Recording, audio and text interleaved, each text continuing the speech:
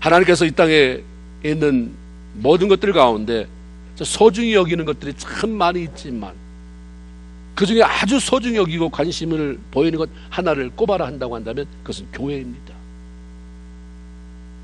예수 그리스도의 십자가의 핏값으로 세운 그것이 교회이기 때문이에요. 모든 인간들의 죄를 대신 지시기 위해서 십자가에 죽으시고 부활하신 예수께서 자신의 구원자고 하나님의 아들이라고 고백하는 사람들의 모임인 이 교회를 통해서 하나님이 하나님의 뜻을 이루어가기를 원하시기 때문에 이 교회를 소중히 여기십니다. 하나님이 뭘 하고 싶은데 형체가 없는 하나님의 뭘 어떻게 할 수가 없어요. 하나님이 하나님을 따르는 사람에게 하나님의 마음을 전가시키죠. 그 마음으로 뜨거워지는 거예요. 그 사람들 통해서 하나님의 일이 하나하나 진행되어지고 하나님 나라가 확장되어지기 때문에 성도는 존귀한 자이고 하나님의 교회는 하나님 앞에 너무나도 소중한 공동체인 것입니다. 내 교회라고 하는 말씀을 통해 지상에 존재하는 모든 교회의 주인이 되심을 선포하셨고 그리스도께서 교회의 머리라고 말씀하시면서 우리가 머리와의 관계를 어떻게 해야 할지를 알려주셨어요. 주님이 교회를 향해서 내가 교회의 머리라고 하셨을 때 이것은 주님께서 친히 교회가 무엇을 해야 하는지 인도해 주시겠다라고 하는 말씀이며 그리스도의 몸으로 존재하는 교회가 건강하게 자라가기 위해서 어떻게 해야 하는지 지도해 주시겠다는 말씀이 그 안에 포함되어 있는 거죠. 교회는 단지 건물을 의미하는 것이 아니라 예수 그리스도의 생명을 가진 사람들의 모임이기 때문에 반드시 건강해야 되고 그리고 성장해서 하나님을 기쁘시게 해드릴 수가 있어야 하는 것입니다.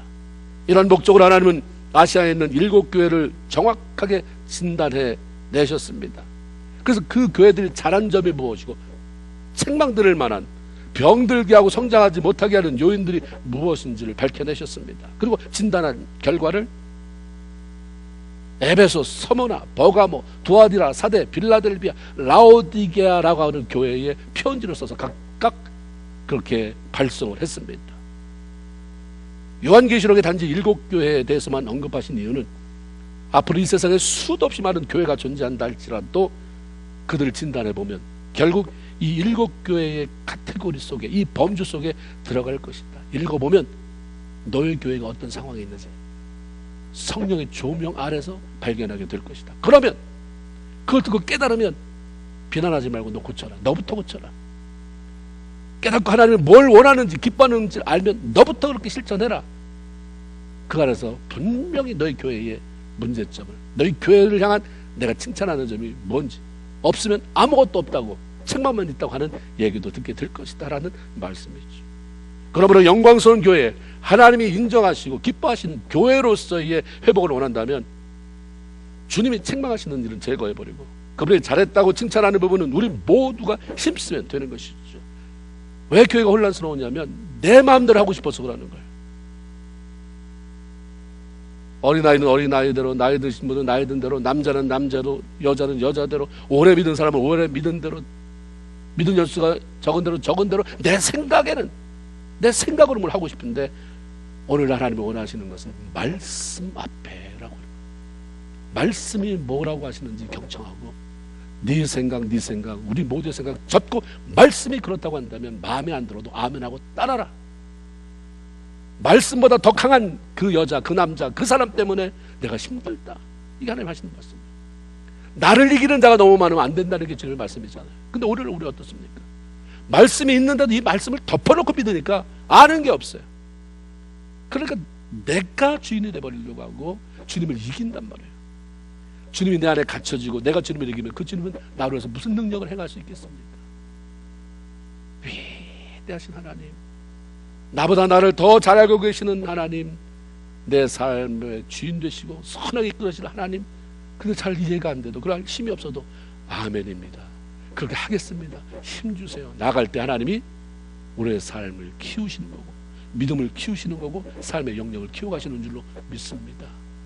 내 고집부리다가 그 안에서 갇혀 그냥 질식하고 죽는 자가 아니라 그냥 주님이 내 삶의 모든 것입니다 라고 주님의 말씀 앞에 겸비하게 엎드려 순종하고 나감으로 말미암아 어제보다는 오늘보다 내일이 더 나아져야 될 것 아닙니까? 작년보다 올해가 더 성장해 있어야죠. 그 모양 그 꼴이 돼서는 안 되는 것 아닙니까? 그 발전적인 놀라운 은혜를 경험하는 저와 여러분이 되길 주님의 이름으로 축원을 드립니다. 지난주일 에베소 교회에 이어서 에베소 교회를 향해서는 다 준대 네가 첫사랑을 버렸다. 처음 예수 믿고 눈물을 흘렸던 그때 다시 회복시켜라라고 하는 말씀을 주셨고, 이어서 오늘 서만화 교회에 보낸 편지를 대하게 됐는데, 놀랍게도 이 서만화 교회는 주님 앞에 책망이 없는 교회예요. 다 칭찬만 있어요. 그리고 주님이 특별히 들려주시는 부탁의 말씀 한 가지만 들어있습니다. 이 편지를 통해 오늘 아침에 우리 교회와 각 성도를 향한 주의 음성이 여러분 모두에게 들려지기를 주님의 이름으로 축원을 드립니다. 주님은 먼저 서만화 교회를 향해서 잘한 것에 대한 칭찬으로 편지를 시작합니다. 9절에 보니까 내가 내 환난과 공핍을 알거니와 실상은 네가 부요한 자다. 자칭 유대인이라 하는 자들의 비방도 알거니와 실상은 유대인이 아니라 사단의 회당이다. 여기서 말하는 환난이란 예수 믿는 신앙 때문에 그 예수 믿는 신앙의 절개를 지키려다가 받는 핍박을 의미하는 것입니다. 궁핍이라고 하는 것은 가난을 의미하는 것이로, 신앙생활로 인해서 직장을 잃거나 재산을 압류당하는 등 경제적인 제재로 인해서 생활에 어려움 당하는 것을 의미합니다. 이것은 서만화 교회 성도들이 그 당시 그 상황 속에서 자신의 신앙을 지키기 위해서 갖가지 불이익을 감수했던 사실을 우리에게 알려주고 있습니다. 서만화라고 하는 지역은 아름다운 항구 도시였고 무역 도시로 이 나라 저 나라에서 배들이 왔다 갔다 하면서 물건을 서로 교역하기 때문에 돈이 많이 통용되는 도시였습니다. 잘 사는 곳이에요.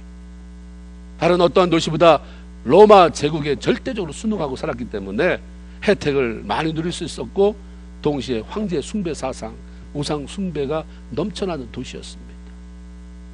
또한 예루살렘 멸망 이후에 유대인들이 이 서머나라고 하는 도시로 많이 이주해 정착하면서 상권을 차지하게 됐고요.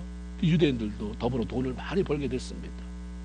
그리고 그 축적한 돈을 가지고 로마를 등에 업고 여러 가지 혜택을 누리며 살아가게 된 거죠. 그러는 가운데 여기에 복음이 전해져서 서머나 교회가 세워지게 된 것입니다. 성도들은 자신의 신앙 양심 때문에 우상을 섬길 수 없었고, 어떻게 사람을 숭배 대상으로 삼느냐, 황배 숭배 사상을 거부할 수밖에 없었어요. 그러니까 자연스럽게 로마의 미움 박해를 받을 수밖에 없었습니다. 그리고 율법을 중시하고 예수 그리스도가 메시아로 이 땅에 오셨다는 것을 인정하지 않는, 받아들이지 않는 유대인들과 마찰을 일으키게 되었고, 그래서 핍박이 시작되었습니다.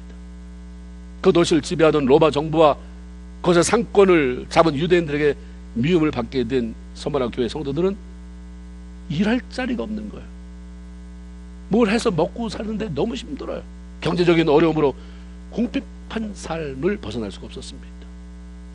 보이지 않는 하나님을 섬기는 신앙생활과 먹고 살아야 한다는 현실의 삶이 충돌이 될 때 우리는 어떤 것을 선택해야 하는가?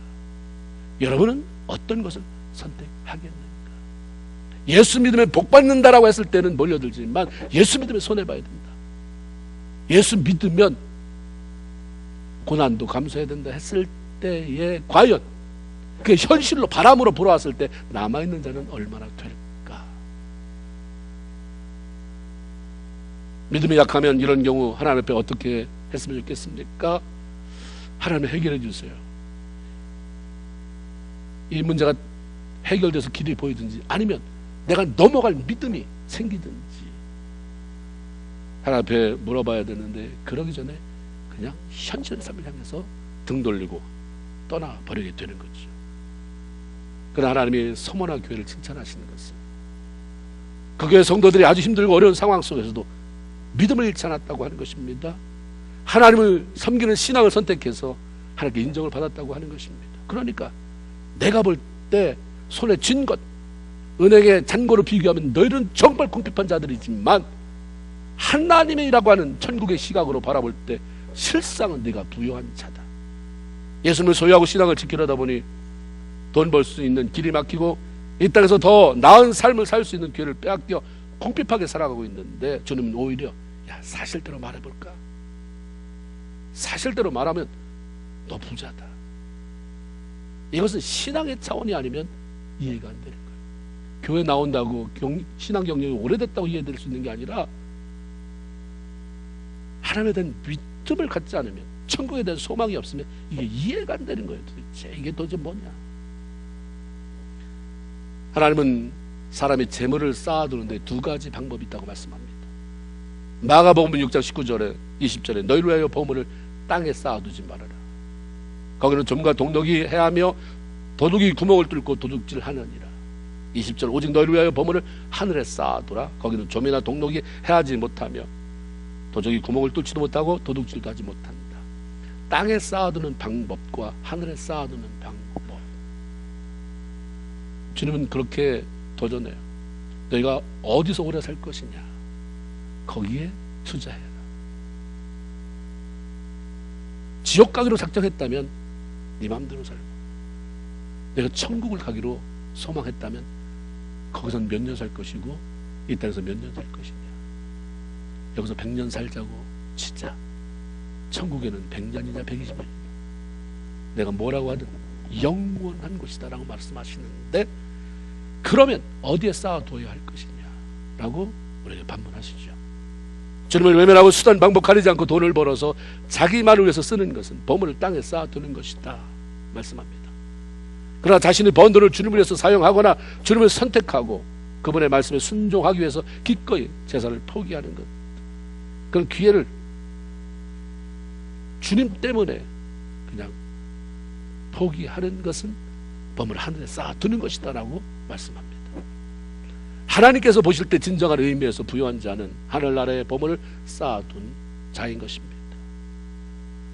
우리가 때로는 하나님이 그렇게 영안을 열어주셔서 우리 모두가 다 천국 가려고 애쓰는 사람 아닙니까? 천국의 창고에, 구제에 나는 얼마나 창고가 있나를 봤으면 참 좋을 것 같고, 주님의 시각으로 볼 때 내 삶에는 어떤 열매가 좀 맺혀 있을까? 아주 내가 다른 사람이 그냥 이빨림으로 하는 말 다 빼버리고 하나님이 정확하게 진단할 때, 불꽃 같은 눈으로 바라볼 때 나는 열매가 몇 개나 있나? 풍성한가? 셀 수 없을 만큼인가? 그리고 그것들이 벌레 먹지 않은 정말 탐스러운 것인가? 그러나 보지 못한다 할지라도 생각은 한번 해볼 만하다 하는 말씀입니다. 하나님께서 원하시는 삶은 하늘나라에서의 부유함을 누리기 위해서 무조건 이 땅에서 궁핍하고 어렵게 살아야 한다, 그런 말씀은 아닌 거예요. 하나님께서 원하시는 삶을 우선적으로 선택해라 그랬어요. 아브라함이 부를 누렸어요. 이삭이 부를 누렸어요. 그런데 그들은 부를 따라가지 않았다는 거예요. 그들 하나님을 따라간 거고, 그들이 누리는 부는 하나님이 덤으로 주신 거였어요. 기도 제목에 돈 달라는 말도 없었어요. 어떻게 하면 믿음으로 살까가 그들은 마음의 소원이었는데 하나님이 아브라함을 축복했던 것이고 이삭에게 그의 손을 대면 100배의 수확을 맺을 수 있게 하신 것입니다. 하나님이 원하시는 것은 안 된다, 예수 믿는 사람은 그냥 궁핍하게 살아야 된다, 청빈하게 살아야 된다가 아니라 우선적으로 하나님을 선택하는 삶을 배워라라고 하는 것이죠. 그것을 통과해라라고 하는 말씀입니다. 마태복음 6장 33절에 너희는 먼저라고 하는 말이 있어요. 너는 먼저 그의 나라와 그의 의를 구하라. 그 다음에 이 모든 것, 그 모든 것은 그 앞에 설명되어 있어요. 먹는 것, 마시는 것, 입는 것 너에게 더한다 하셨어요.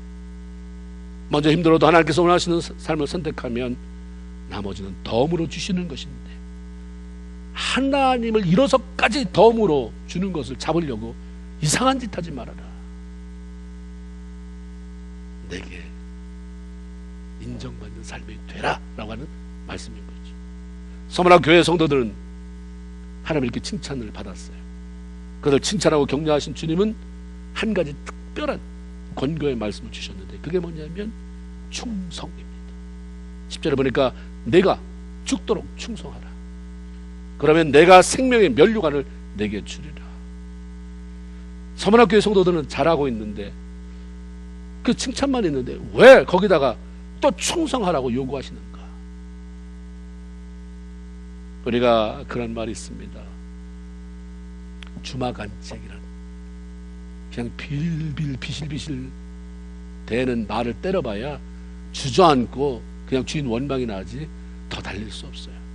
잘 달리는 말, 힘있게 달리는 말을 채찍질해야 더 달릴 수 있다라는 말이 있듯이 잘 알아듣고 무슨 말하면 순종 잘하는 사람에게 워낙 하나님이 요구가 많은 거예요. 무슨 말을 하면 오해하고 삐치고 원망하고 불평하고 뭔가 이렇게 하나님에 대해서 시비 거는 게 많은데 뭘 요구할 수 있겠습니까?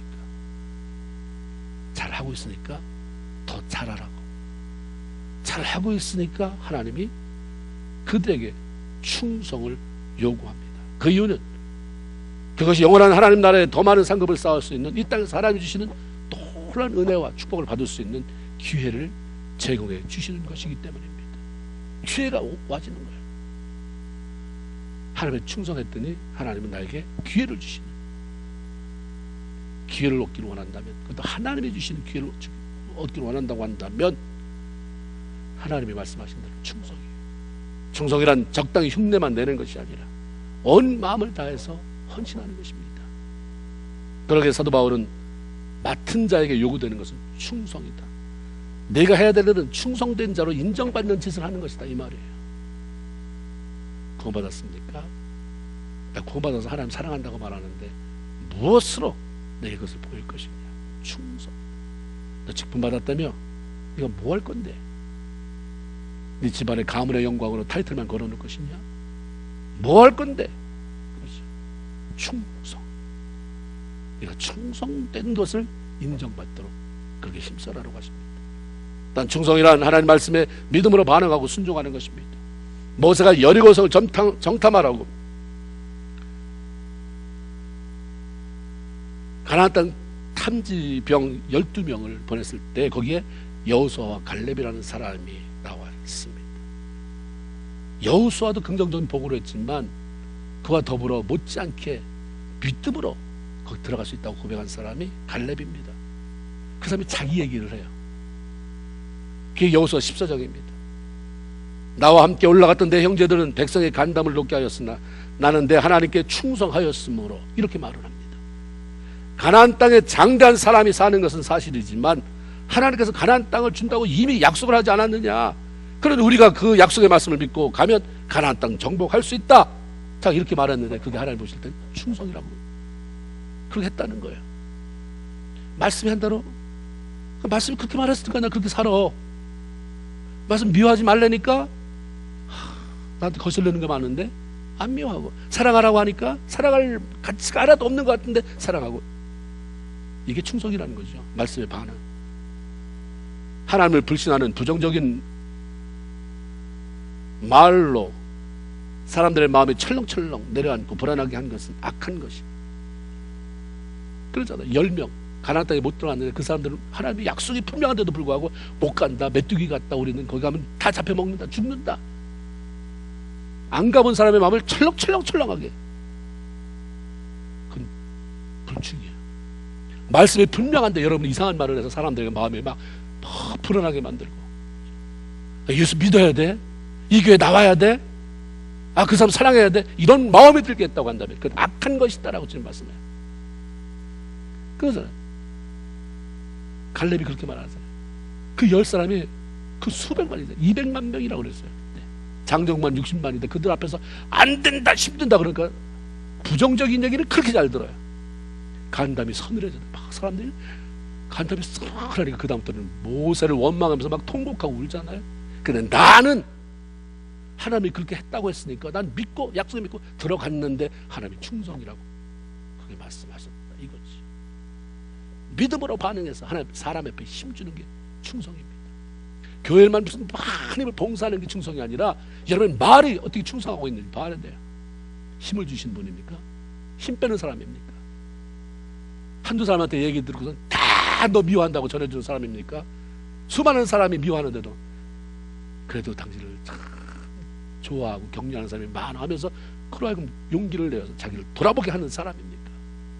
충성, 그것도 충성이에요. 사람을 살리는 건 충성입니다.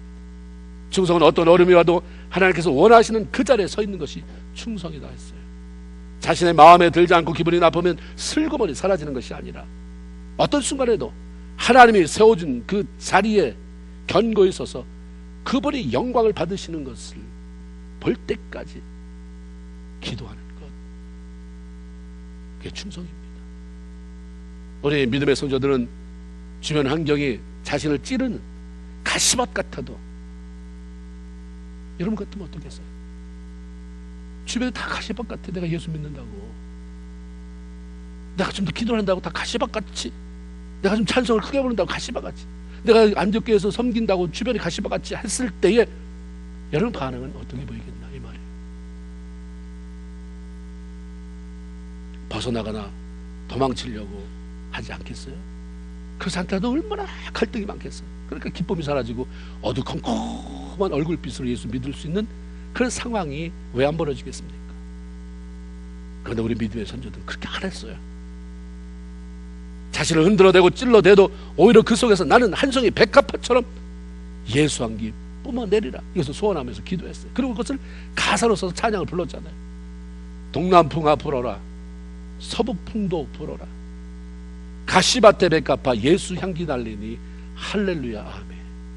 가시밭에 예수 백합화 예수 향기 날리니 할렐루야 아멘. 동남풍아 불어라, 서북풍도 불어라, 가시밭에 백합화 예수 향기 날리니 할렐루야 아멘. 가시밭에 백합화 예수 향기 날리니 할렐루야 아멘.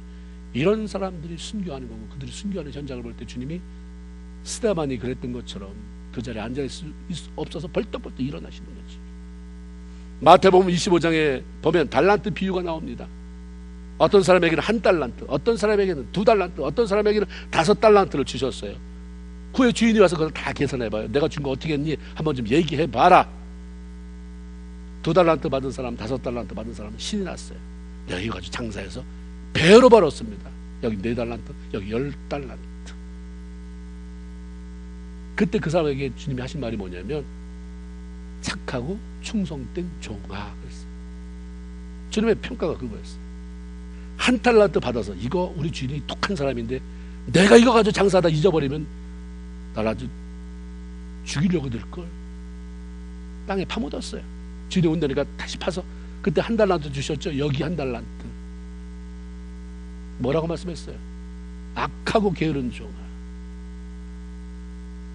하나님께서 내리는 최종 평가는 착하고 충성되든지 아니면 악하고 게으르든지, 그 중간은 없어요. 여러분이 착하고 충성된 종입니까? 글쎄요는 없어요. 착하고 충성된 종에 대한 확신이 없으면 나는 뭐한 사람입니까? 악하고 게으른 종이에요. 악하고 게으른 것입니다. 그런데 우리는 너무 자기는 살살살살 다뤄요. 남은 그렇게 과격하게 평가하고 욕하면서도 나는 관대하잖아요. 아니, 그래도 그래도인데 막상 뭐라고 얘기할 게 없어요. 주님이 내가 착하고 충성된 종이냐, 악하고 게으른 종이냐, 중간은 없다. 아직 시간 남았다. 내 앞에 올 때까지 아직 시간이 남았다. 너 죽을 때까지 좀 시간 남았잖아. 아니면 내가 이 땅에 재림 예수로 다시 올 때까지 시간이 남았는데 전향해라. 성경에 보면 돌아서는 것을 귀순이라고도 말하더라고요. 전향해라. 더 이상 악하고 게으른 자리에 있지 말아라. 착하고 충성된 자리로 돌아서라라고 말씀합니다. 하나님은 충성하는 일꾼을 좋아하세요. 우리가 모세를 볼 때 얼마나 영광스러운 삶을 살았습니까? 이 땅에서 그렇게 많은 기적을 본 사람이 어디 있겠습니까? 하나님이 모세를 그렇게 사랑하고 그의 후원자가 되신 이유는 바로 하나님을 향한 충성스러운 이 모세의 마음 때문입니다. 그래서 민수기 12장 7절에 아예 그렇게 선포를 하셨어요. 그는 나의 온 집에 충성된 자다. 하나님이 이렇게 말할 정도의 사람이니 얼마나 대단한 거예요. 모세는 하나님께서 맡겨주신 모든 일에 대해서 성실하게 최선을 다하는 삶 살아냈습니다. 하나님이 왜 그렇게 충성된 사람을 좋아하실까? 충성은 하나님의 마음을 시원하게 해드리기 때문에. 잠언 25장 13절에 충성된 사자는, 충성된 일꾼은 이 말이에요. 그를 보낸 이에게 마치 추수하는 날에 얼음 냉수 같아서 능히 그 주인의 마음을 시원케 합니다. 우리 주님 관심이 이 땅에 있잖아요. 많은 죄악, 많은 엄청난 사건들 속에서 사람들이 죽어가는 것을 가슴 아파하고 그들이 살아나기를 원하시는 분, 답답한 게 너무 많으신 거예요. 우리가 볼 때는 열불이 나시는 분이에요. 교회를 다닌다는 사람도 그렇고 안 다니는 사람도 그렇고 교회에서 서로 취급받고 미워하고 용서 못하는 걸 보면 안 믿는 사람보다 더한 것 같고 열불이 나시네. 열불 날 때 뭐 마시고 싶습니까? 찬물 마시고 싶죠. 시원한 물 한번 들이키고 싶은 것처럼 주님이 그러고 싶은 거예요. 아이고 답답해, 아이고 답답해, 시원한 물. 근데 어떤 사람이 시원한 물이냐면 충성된 일꾼. 야, 다 잠자고 있는데 같이 한독교를 섬기는데 어떻게 저 사람이 눈에 띄냐? 주님 눈에 어떻게 충성할 수 있을까? 주님이 시원한 냉수 같다. 난 너만 보면 시원한 냉수 같다. 그러시는 거지. 충성된 사자는 그래요. 시원한 냉수같이 하나님의 마음을 기쁘시게 해드릴 수 있기 때문에 저는 충성해라. 모든 경우에 어린아이가 부모를 기쁘게 하면 유익은 누구한테 더 많이 들어가요? 애한테 들어가죠. 이쁜 짓을 하는데 우리가 하나님을 기쁘시게 하면 그 유익은 우리에게 돌아오는 것입니다. 난 충성은 하나님을 향한 변함없이 한결같은 마음의 표현이기 때문입니다. 변함이 없이 하나님께서 충성된 자들과 함께하고 싶어 하시기 때문에 그 사람을 찾아요. 우리 그러잖아. 사람은 많은데 마음에 드는 사람이 없어. 말이 통하는 사람이 없어. 내 말귀를 알아듣는 사람이 없어. 뜻을 같이 하는 사람이 없어. 마음이 맞는 사람. 너무 쉽게 오해하지 않고 누가 무슨 말을 해도 그러려니 받아들이고 좋게 해석하고 그래서 평화롭게 신앙생활하면 얼마나 좋을까. 마음에 맞는 사람이 없네 했을 때 지금도 똑같아요. 예수 믿는다고 하지만 제 마음이 드는 사람이 별로 없어. 그래서 하나님이 원하는 것은 시편 101편 6절에 내 눈이 이 땅에 충성된 자를 살펴 나와 함께 거하게 하고 싶다. 아무나 안 듣게 다닌다고? 그래, 나와 함께. 이게 아니라 그래, 교회에서 돈을 받는데 나가 같이 함께 내 얘기도 하고 내 마음을 전해주면 알아듣고 주님 그러셨어요. 그럼 내가 할게요. 하면 알아듣고 그런 충성된 자를 내가 발견해서 나와 함께 거하게 하고 싶다. 특별한 호의의 지대 속에 그 안에 하나님이 집어넣기를 원하는 분이 있어요. 예수님 때문에 고난이 찾아와 경제적으로 힘들고 주변의 핍박으로 인해서 많은 어려움을 견뎌내고 있는 그들에게 내가 죽도록 충성하라 라고 하십니다. 얼마든지 주님을 원망하고 신앙을 포기할 수 있는 상황에서 서문학교회는 주님 그렇지 않아도 힘들어요. 주님 알아서 할게요가 아니라 그 말씀을 마음에 새기고 끝까지 믿음을 지킵니다. 충성을 다해. 자신들이 섬기는 하나님은 목숨 바쳐 충성을 해도 부족하다는 신뢰와 확신이 있었기 때문에 가능한 일이었어요. 정말로 흔들리지 않은 구원의 감격이 있었기 때문에 그랬어요. 그러니까 이 서문학교에서 수많은 믿음의 사람이 배출되었고 폴리갑이라고 하는 사람과 같은 순교자가 배출이 됐습니다. 폴리갑은 86년 생애 동안 충성스럽게 하나님을 섬겼어요. 하나님만 알고 살았어요. 그리고 신실하게 교회를 섬겼던 사람입니다.